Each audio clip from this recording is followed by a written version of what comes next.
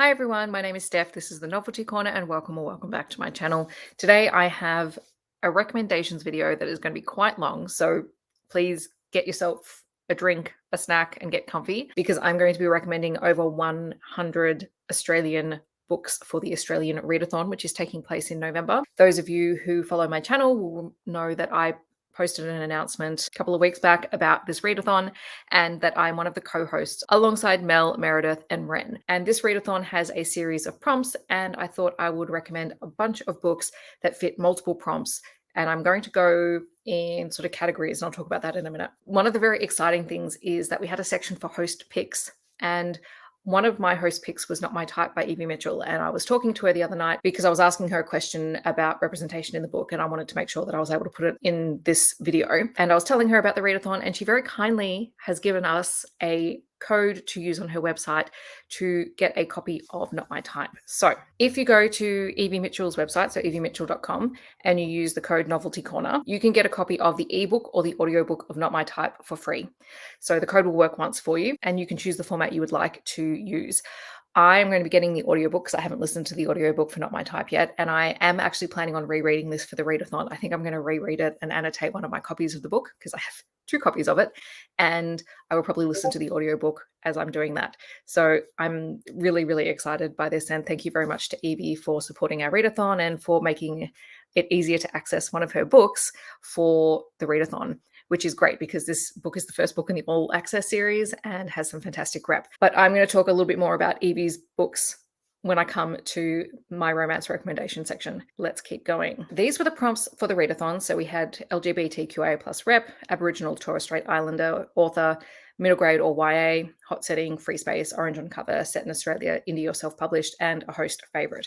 So those are the prompts. And the way that I'm going to break down my recommendations is into a couple of categories. And the categories change from readership to genre, just because I thought this was going to be the easiest way to organize the list, because I tried a few ways and it just started to get messy and out of hand. So the first category I'm going to talk about is going to be middle grade books. Then I'm going to talk about young adult books, romance books, other fiction, and then nonfiction. And because we are talking about over 100 books, I am not going to spend a huge amount of time unpacking the books. I'm probably just going to give you the title and what prompts it fits and maybe a very brief 1 sentence, any other information you need to know about that book. The other thing, when we look at all of the books, I have also noted if a book is a BIPOC author and if it has disability or chronic illness representation that I know of or that I have remembered. I do not claim to be infallible and I may have missed readathon prompts or other representation prompts just because I have been working on this and it has just been a really big project, but I have tried to do as much of that as I can. If I have missed anything, feel free to drop it in the comments so that other people know. Okay, editing Steph here, and I just need to point out that throughout this video, I say indie pub, and what I am saying is indie and self-published, which is one of the prompts for the readathon. When I document things, if they're indie or self-pub, I mark them as indie because to me, it's either independent small press or independently published. That's just the way that my brain words it, and I know that that is not correct, but I do mean indie or self-pub, not just independently published. Regardless, it fits that prompt on the bingo board, so I didn't bother to go back and refilm all of this because that would have taken me another hour. So we're going to kick off with middle fiction or middle grade books. And my first recommendation is No Words by Mariam Master. This is a middle grade book set in Australia. It is a BIPOC author and it is a book about friendship. One of the characters in this book is an Iranian refugee who has selective mutism when he is at school, but is an amazing poet. It is an absolutely gorgeous book. I've read it really recently and I just fell in love with it. Then we have Sea Glass by Rebecca Fraser. This is a middle grade book set in Australia over the summer, so it does feature a hot setting. And it is about a girl who goes to stay with a grandfather she hasn't seen for many, many years. And it is about them connecting over treasure hunting for sea glass along the beach. Huda Was Here by H. Hayek is actually the sequel to a book, but you don't have to have read it to read this one. It was a middle grade book set in Australia featuring a Muslim family. And in this one, Huda is a very precocious young girl who gets herself into a lot of trouble and her brother often has to tag along with her. And in this one, they are trying to save their father's job. Then we have The Year the Maps Changed by Danielle Binks. This is a middle grade book set in Australia. It does have orange on the cover and is just a really wonderful read. Danielle Binks writes middle grade and young adult fiction, so I'll have another book by her later on. Zadie Ma and the Dog Who Chased the Moon by Gabrielle Wang is a middle grade book set in Australia. I think it may even be, I don't think it's completely current day. I think it might be historical. I don't know if it's truly a historical or if it's just set a little bit in the past, but it is a truly gorgeous book. Our main character, Zadie Ma, is a prolific writer, and she writes these stories throughout the book that are particularly relevant to people around her. There's also an element of magical realism in here that's gorgeous. We have Two Sparrowhawks and a Lonely Sky by Rebecca Lim, which I have recommended recently. It is a middle grade book. It does feature a hot setting, and we have two children who are fleeing their country, trying to find their father in Australia. It is a historical story and sometimes hard to read, but is a really wonderful book. I didn't know whether to put Tales from the Inner City by Sean Tan in the young adult category or the middle grade category, but I ended up putting it here because I have used it with middle and upper primary students. This is an anthology of stories and poetry and amazing illustrations by Sean Tan that look at environmental issues that relate to animals that may or may not have been perpetrated by humans, but it's almost like the animals are running the inner city now. They've taken over, and it's a really gorgeous collection of texts. And it does have orange on the cover. And then The Naming of Tishkin Silk by Glenda Millard is a middle grade story set in Australia, and there is a whole series of these books. They're part of the Kingdom of Silk series, and they are just stunning reads. Each book deals with a particular topic. The Naming of Tishkin Silk is about a family who is grieving the loss of an infant, and the mother's struggling with her mental health as a result of this, but told from the perspective of their youngest child who doesn't really understand that. So do be aware of that going into it, because that is a content warning. But subsequent books deal with chronic headaches, with adoption, with all sorts of things, and they are just stunning books to read. There is The Little Wave by Pip Harry, which is a middle grade book set in Australia. It has a hot setting, it has orange on the cover, and it is a verse novel about country kids finally getting to see the sea for the very first time. The Glow by Sophie Laguna is a middle grade book set in Australia. It does feature a hot setting, and this is a bit of a horror story or a supernatural story about the time that technology and or social media take over. Jack Heath has a couple of series that he writes for kids. There is the Minutes of Danger and the Minutes of Mystery series, and there's like 500, 400, 300, and 200 minutes of each. And they are books that feature 10 stories that are designed to be told in either 20, 30, 40, or 50 minutes. And all of the stories can stand on their own, but they also interconnect. And if you remember the show 24, where the format of the show was the clock counting down, it's the same in these books. You have the countdown on the side of the pages as you're reading, and they're pretty fun to read and they're pretty engaging. Then we have Hovercar Racer by Matthew Riley, which is quite an old one. I did find a cover that was orange. My cover is blue, but if you wanted to use it for orange cover, there is an orange cover that exists somewhere in the world. And this is basically a racing story, and it is a bit of a futuristic sci-fi race because they're obviously racing hovercars. And back when it first came out, I was obsessed with this. When it came out, I was probably in the target audience range. Then we have Sunshine on Vinegar Street. This is a middle grade story set in Australia. It has orange on the cover, and it is a coming of age story as a girl and her mother have to move to the city from their family home that they've lived in her entire life into an apartment where she has to start a new school. And all of that is very confronting and hard for her to deal with initially. We have The Lorikeet Tree by Paul Jennings, which is a middle grade story set in Australia. It has a hot setting, it has orange on the cover, and is just a very hard-hitting contemporary middle grade story. We have A Girl Called Corpse by Reese Carter, which is a middle grade paranormal/fantasy story about a girl who is a ghost, and she has made a body for herself out of wax and various items around there so that people can see her, and she is being hunted for her magic by witches. Sherlock Bones and the Natural History Museum by Renee Trammell is the first book in the Sherlock Bones series, and this one is a graphic novel about Sherlock Bones, who is a tawny frogmouth skeleton living in the Natural History Museum, and it is delightful fun. I absolutely love this series. There is The Shop at Hooper's Bend by Emily Rodda. This is a middle grade book set in Australia. It has orange on the cover and features a hot setting. It also is a bit of a magical realism story. And you might recognize the name Emily Rodda because she also wrote the Del Toro Quest series, amongst other things. There is The Bone Sparrow by Zana Fralin. This is a middle grade story set in Australia. It is actually set in a detention centre where a young boy and his family are being held. So it is very confronting at times, and it's told entirely from his perspective, and he doesn't always understand what's going on around him, but we as adult readers probably would pick that up. Gorgeously written and a really hard-hitting story. And another Zana Fralin book is The Way of the Dog, which is a middle grade verse novel. I don't know if this one is set in Australia. I want to say that it is, but I can't remember specifically if it's ever mentioned. But it is about a dog that is raised on a puppy farm who escapes with a boy. And the boy is injured during their escape and they're separated, and it's the dog finding his way back to the boy throughout the story. The entire story is told from the dog's perspective. Then there is Runt by Craig Silvey. This is a middle grade story set in Australia. It's set in rural Australia, so it does have a hot setting, and there is orange on the cover.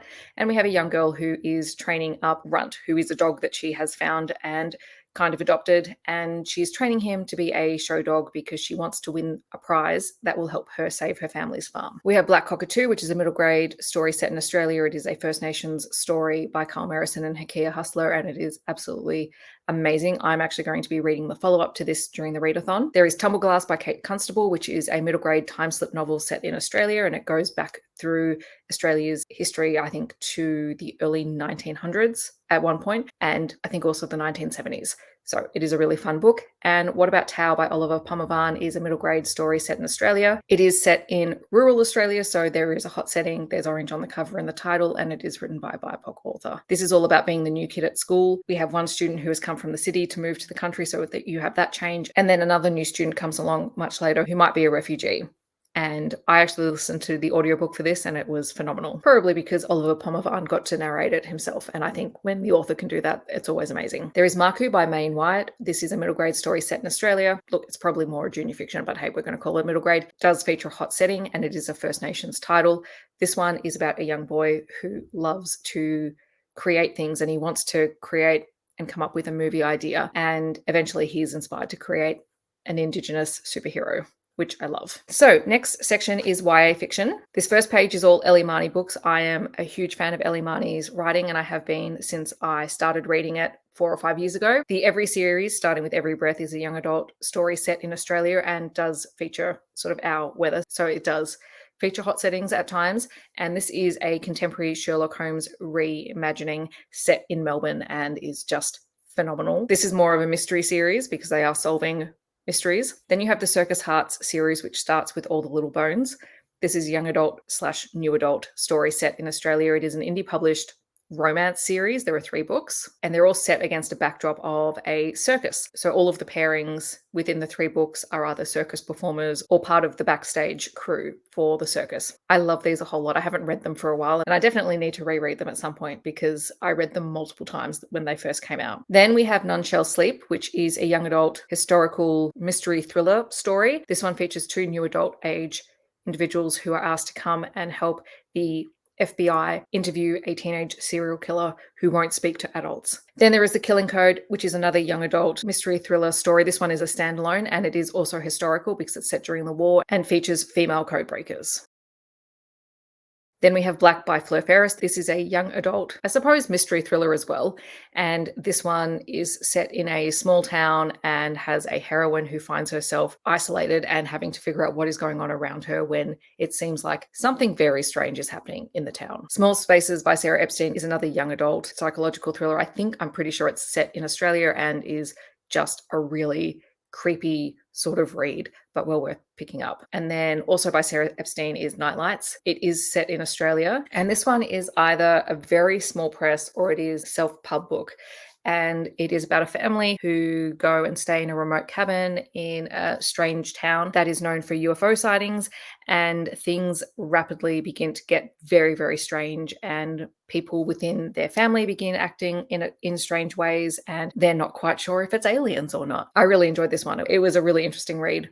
And then we have Future Girl by Asphyxia, which is a young adult book, and it features both a narrative and this incredible art journal style artwork the entire way through the book. The whole book is full color. It is absolutely incredible. The main character in this is deaf, and this is an own voices story, and it is a really amazing book about activism and environmentalism set sort of in a dystopian-ish kind of future. We have We Who Hunt the Hollow by Kate Murray, which is a young adult book set in Australia. I'm pretty sure it's set in Australia.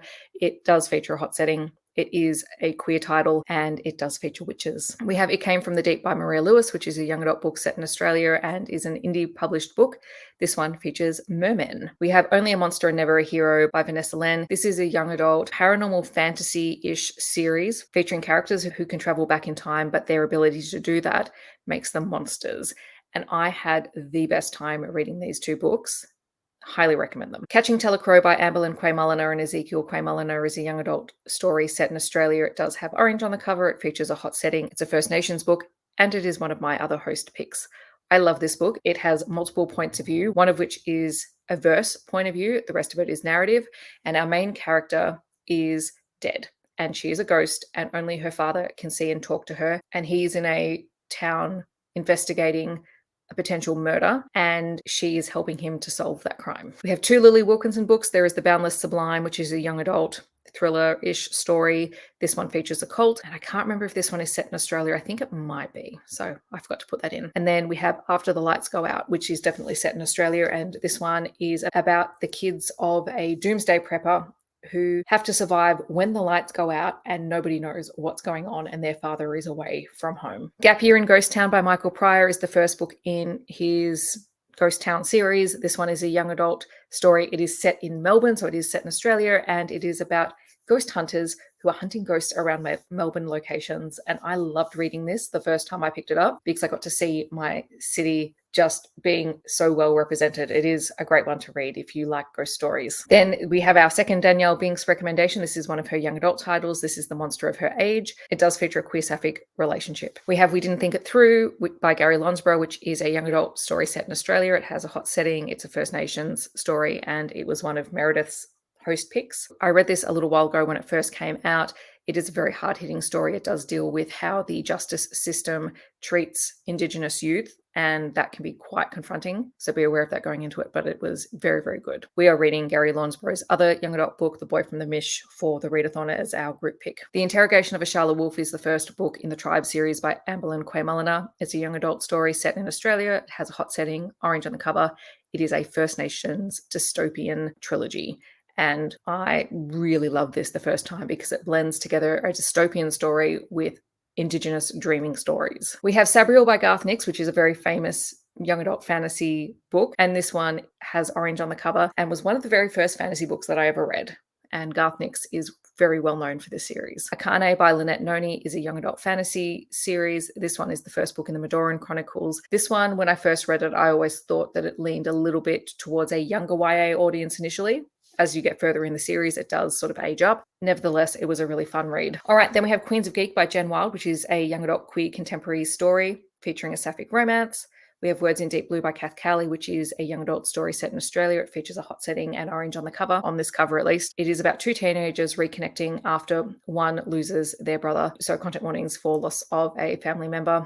And what I love about this book is that it's set in a bookshop for the most part. And the back of this bookshop has the letter library, which is a section where you can write in the books and you can learn about people's lives through the notes they leave in the margins of the books. If you ever want to know where my love of annotating books comes from, it was probably from reading this book. There is The Incredible Adventures of Cinnamon Girl by Melissa Keel. This is a young adult book.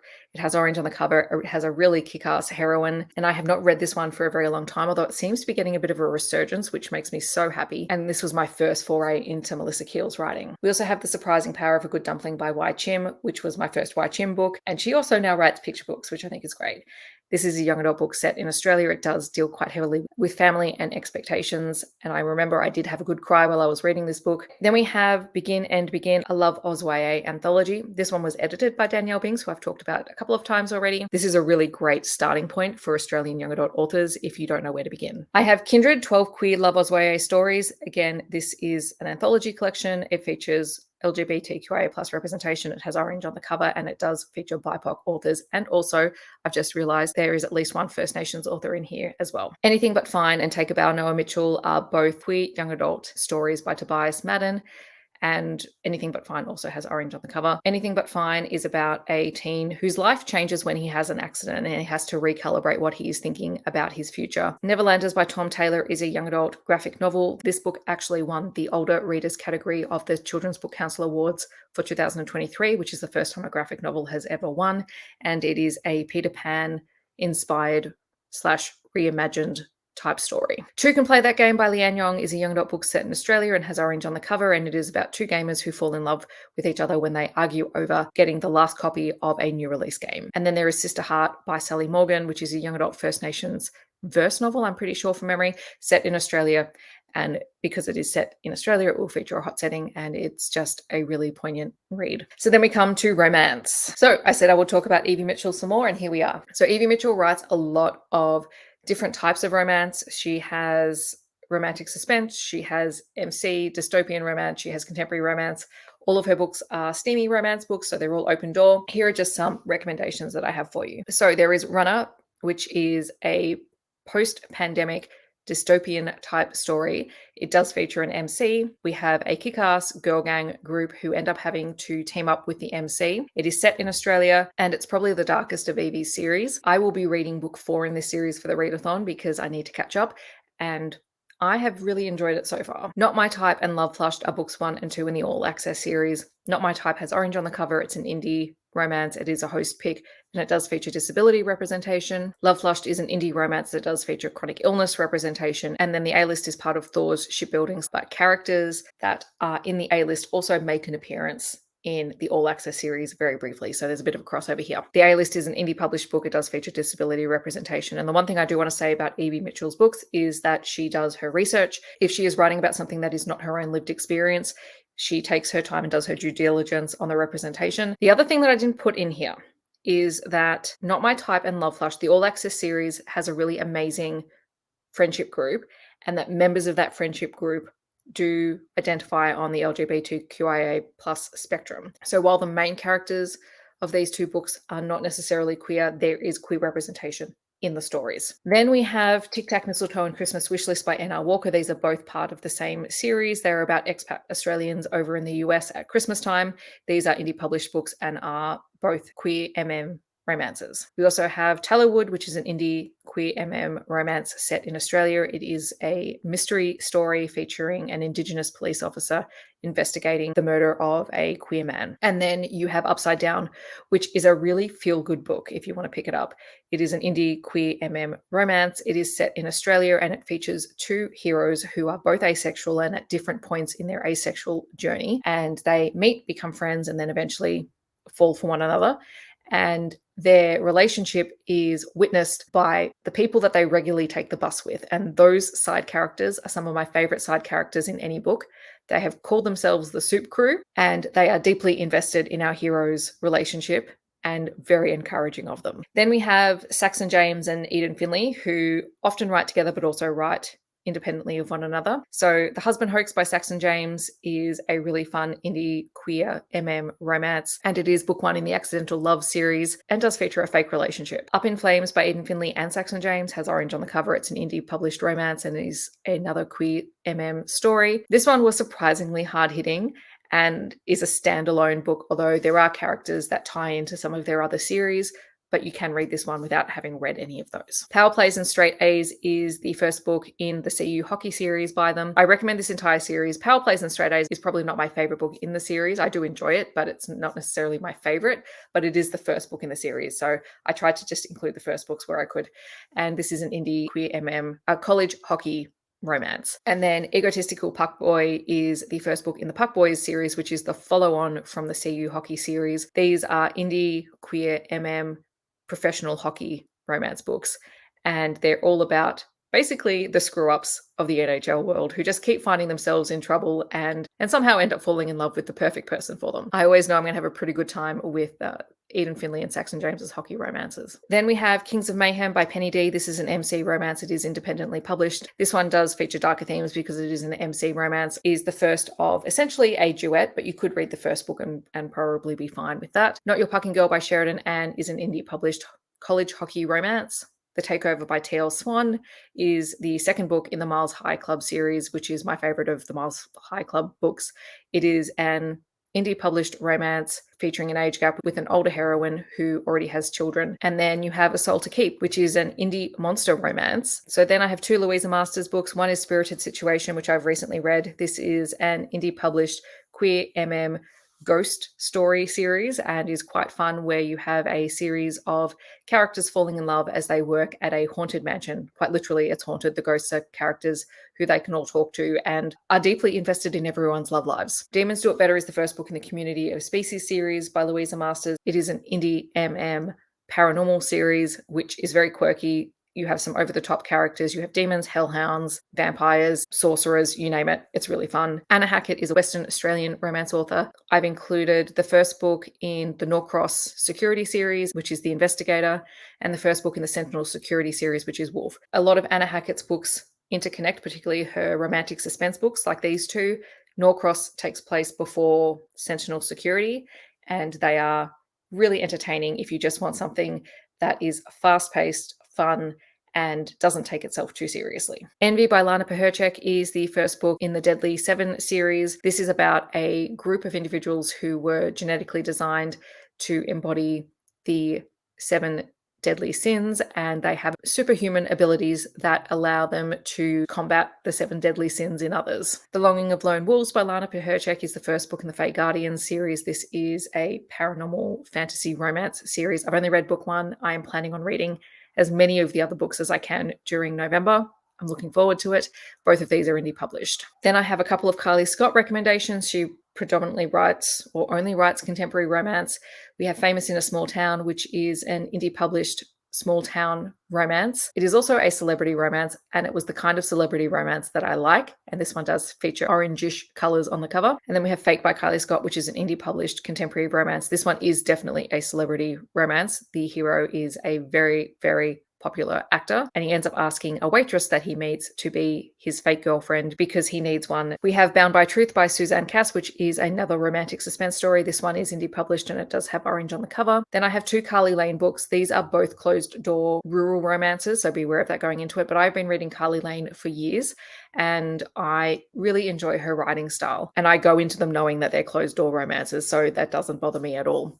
Third Time Lucky was the very first Carly Lane book I ever read. It's set in Australia. It has a hot setting. It has orange on the cover. And from memory, it also takes place over Christmas time and was just such a wonderful reading experience that I kept reading her books. And then we have The Ron Callahan, which is set in Australia, has a hot setting and has orange on the cover. The Ron Callahan is the first in a trilogy of books, but you could read all of them as standalones if you wanted to. Breaking All the Rules by Amy Andrews has orange on the cover. This is a traditionally published book, and I had a great time reading this. It is about a woman who is worried about aging, and so she takes herself off to a small town, locks herself away, and then suddenly the town become really worried about the fact that they haven't seen this woman, and she ends up falling for a younger man, and she is so worried about what people will think of her, and yet the town is really accepting of their relationship, which I loved. I also listened to the audio for this one. Then we have Marley Valentine. The first book I read by Marley was Ache, and this is an indie queer romance.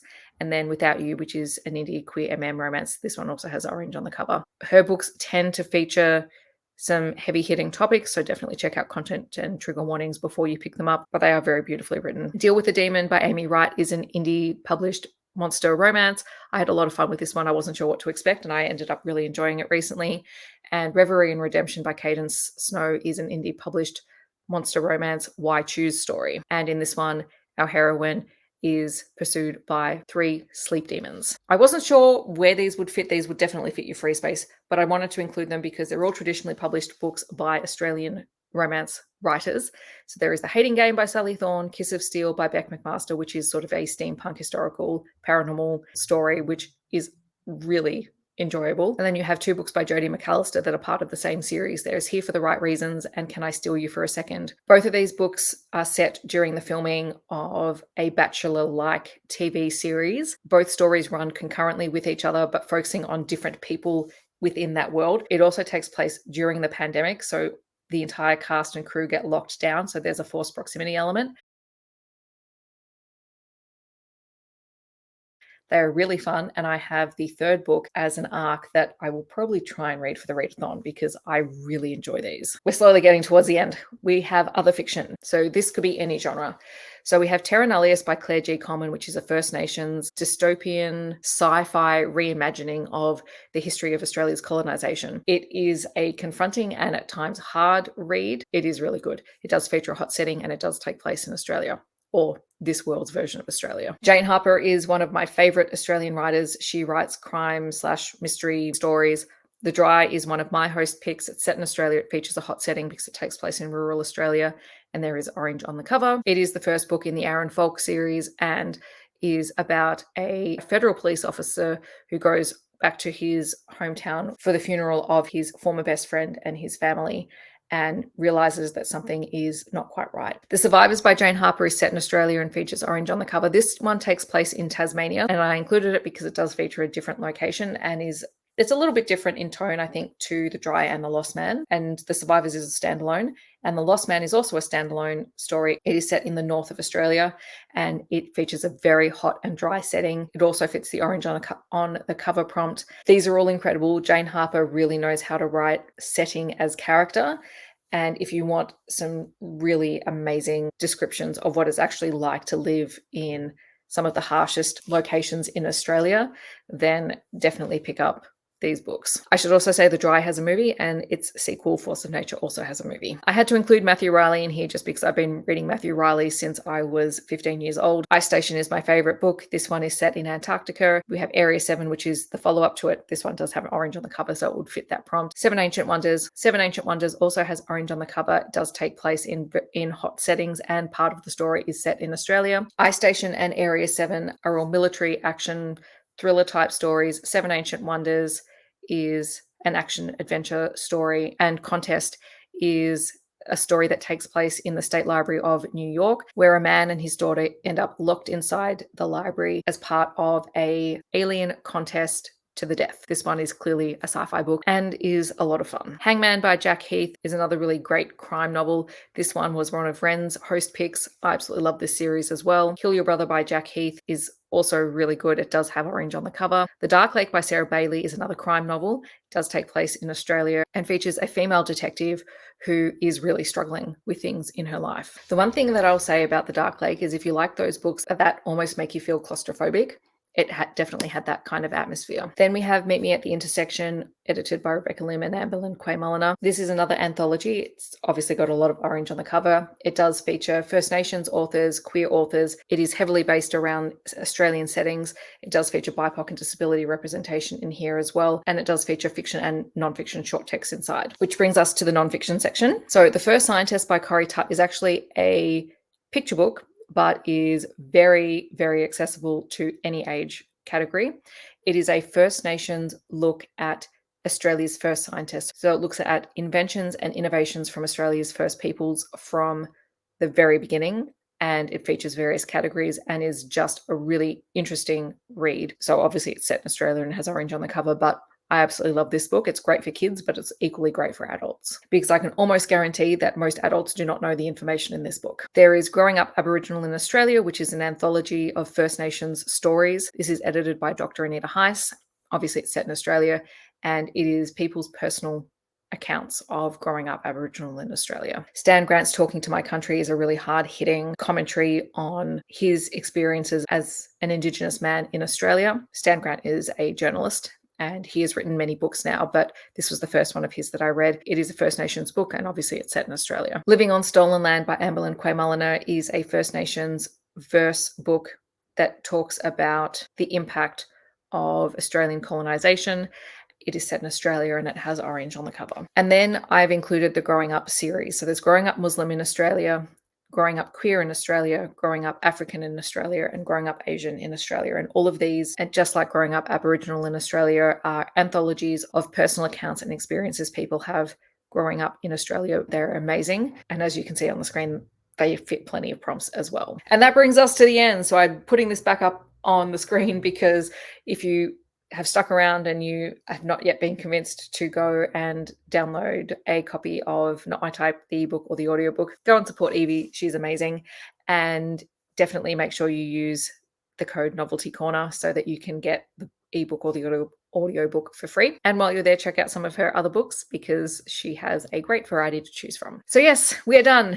We've got to the end and it's not quite an hour, so we'll see what this edits down to. So hopefully you got some good recommendations and it helps you with your TBRs for the readathon next month. I will be featuring my TBR in my November reset video at the end of the month, so stay tuned for that. Thanks for watching. In the comments, I'd love to know if you've read any of these books or if you've read some of the authors I've mentioned but have read different books and would like to recommend those to other people.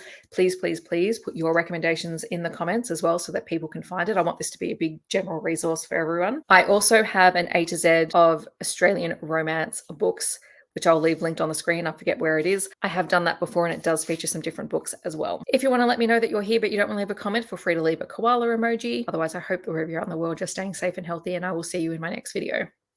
Bye, everyone.